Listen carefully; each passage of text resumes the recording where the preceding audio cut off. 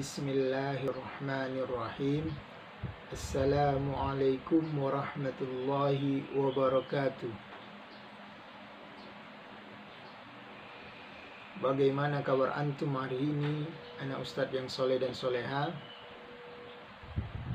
Sehat ya, cerdas, bersemangat ya, khair, alhamdulillah. Semoga Allah selalu melimpahkan kepada kita kesehatan, kenikmatan dan kebaikan. Baiklah anak ustadz yang soleh dan soleha, sebelum kita belajar tentunya kita memohon kepada Allah agar kita dimudahkan dalam menuntut ilmu hari ini. Allahumma inni as'aluka ilman nafi'an wa rizqan thayyiban wa amalan mutaqabbalan. Allahumma rabbi zidni ilman warzuqni fahman. Baiklah anak ustadz yang soleh dan soleha, sebelum kita belajar tentunya antum semua setiap hari harus murojaah hafalan-hafalannya, dan setiap hari harus meningkatkan kekuatan hafalannya. Jadi anak ustadz yang sudah murojaah, ustadz ucapkan jazakumullahu khairan. Yang belum memurojaah, ustadz doakan semoga Allah memberikan dia kemudahan untuk memurojaah hafalan-hafalannya setiap hari. Amin ya rabbal alamin. Baiklah anak ustadz yang soleh dan soleha, pada hari ini di hari Jumat tanggal 24 Juli 2020 kita belajar PAI. Tentunya anak ustadz di rumahnya lagi melihatkan video ustadz ini untuk belajar. Pelajaran PAI pada hari ini kita babnya adalah tentang zakat. Di dalam Islam kita dianjurkan saling berbagi, saling memberi, saling membantu orang-orang yang lemah, bantu orang-orang yang miskin, agar kehidupan kita berjalan, dalam kehidupan sosial berjalan antara si miskin dan si kaya, antara kita sesama manusia saling membantu. Jadi anak ustadz yang soleh dan soleha, kita belajar zakat agar meningkatkan di dalam diri kita untuk memiliki jiwa yang sering membantu dan berbagi kepada sesama. Baiklah, zakat dalam arti bahasa adalah dia berkah, tumbuh, bersih dan baik. Zakat dalam ilmu fikih adalah mengeluarkan sejumlah harta tertentu dan wajib diserahkan kepada orang yang berhak menerimanya. Zakat di sini hukumnya wajib, sebagaimana Rasulullah SAW mewajibkan, dan Allah mewajibkan kita sebagaimana wajibnya sholat, wajibnya puasa bulan Ramadan, dan wajibnya haji bagi yang mampu. Seperti mana Rasulullah SAW bersabda, "Bunyal Islam ala khamsin, sahadati ishhadu an la ilaha illallah wa anna Muhammadan Rasulullah, wa iqamis salat, wa ita'iz zakat, wal hajju, wa sawmi Ramadan." Rasulullah SAW bersabda, Islam didirikan atas 5. Yang pertama, dia bersyahadat bahwa tidak ada Tuhan selain Allah yang berhak diibadahi, dan Nabi Muhammad adalah utusan Allah. Dia mendirikan salat, dia membayar zakat, dan dia berhaji bagi yang mampu, dan dia puasa pada bulan Ramadan. Zakat terbagi 2. Pertama, zakat fitrah. Yang kedua, zakat mal. Zakat fitrah adalah zakat yang wajib dikeluarkan oleh setiap muslim, baik anak-anak atau dewasa, merdeka atau budak, wajib mengeluarkan zakat ketika sebelum pelaksanaan sholat Idul Fitri. Ini terjadi di bulan Ramadan. Di zakat ini wajib dikeluarkan semua muslim. Zakat, Rasulullah SAW bersabda, Rasulullah SAW mewajibkan zakat fitrah di bulan Ramadan 1 sa'. 1 sa' di sini ukuran kilonya adalah 2,5 kilo atau 2,5 kilo. Dalam liternya 3,5 liter. Nah, itu zakat fitrah yang harus dikeluarkan banyaknya 2,5 kilo atau 3,5 liter. Zakat ini berupa makanan pokok. Makanan pokok tidak beras. Makanan pokok kalau dia jagung. Kalau di Arab sana makan pokoknya kurma. Jadi kurma tersebut zakatnya 1 sa', banyaknya di kilo seperti beras 2,5 kilo atau 3,5 liter. Waktu mengeluarkan zakat adalah di bulan suci Ramadan. Batasan waktunya sebelum sholat Aidil Fitr. Di anak ustadz yang soleh dan soleha, hikmah ketika kita berzakat fitrah adalah membersihkan diri kita dari perbuatan-perbuatan yang tidak bermanfaat. Zakat itu membersihkan perkataan-perkataan kotor kita. Jadi ketika kita berpuasa di bulan Ramadan, ada sesuatu perkataan dusta, ada sesuatu perbuatan yang tidak baik, maka dengan zakat fitrah bersihlah dari perbuatan kita dan kita selalu memohon kepada Allah ampunan-ampunannya. Yang kedua, hikmahnya adalah memberikan kebahagiaan kepada orang-orang yang tidak mampu pada hari Aidil Fitr. Jadi, hikmah yang kedua, kita saling berkasih sayang dengan saling berbagi, saling memberi. Kita menjadi hamba-hamba Allah yang saling tolong-menolong di dalam kebaikan. Itu hikmahnya.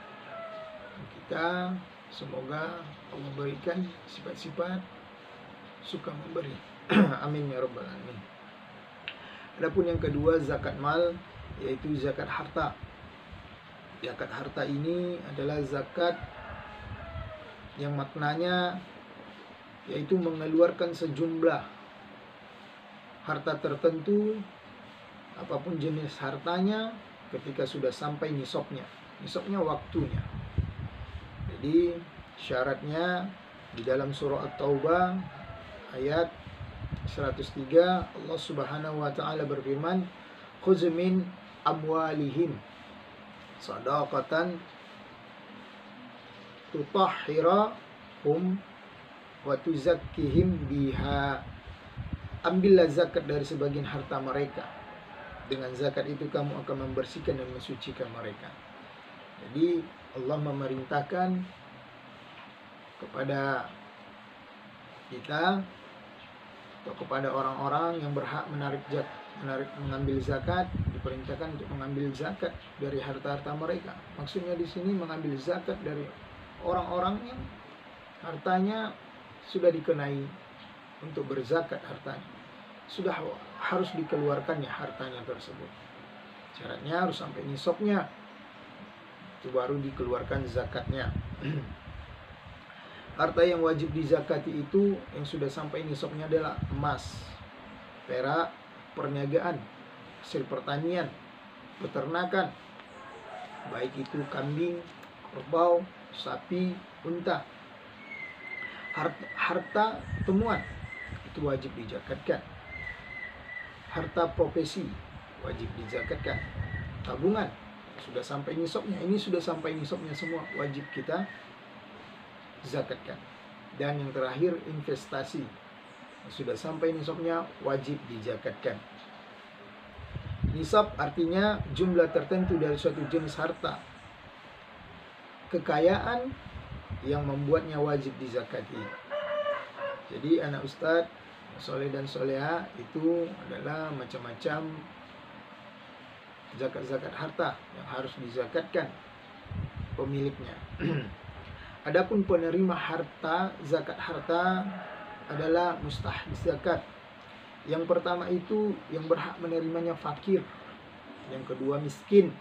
Yang ketiga, amil zakat, itu pengurus zakat.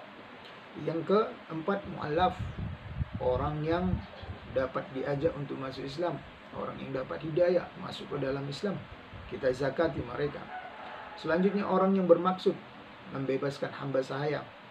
Selanjutnya, orang yang berhutang, wajib kita zakati dengan zakat harta kita agar dia terlunas dari hutangnya, suatu kebaikan yang besar. Selanjutnya, orang yang berjuang di jalan Allah, fi sabilillah, berjuang di jalan Allah, mempertaruhkan hidupnya, wajib kita zakati mereka. Dia berhak menerima zakat harta-harta orang-orang yang memiliki harta. Yang terakhir adalah orang yang sedang dalam perjalanan atau musafir, dia berhak menerima zakat harta orang-orang yang berkelebihan harta.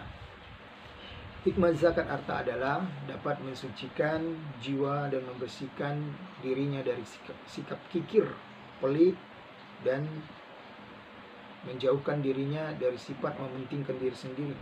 Yang kedua, hikmah zakat adalah menumbuhkan dan mendatangkan keberkahan harta. Yang ketiga, menenteramkan jiwa. Yang keempat, zakat dapat menolong orang yang lemah.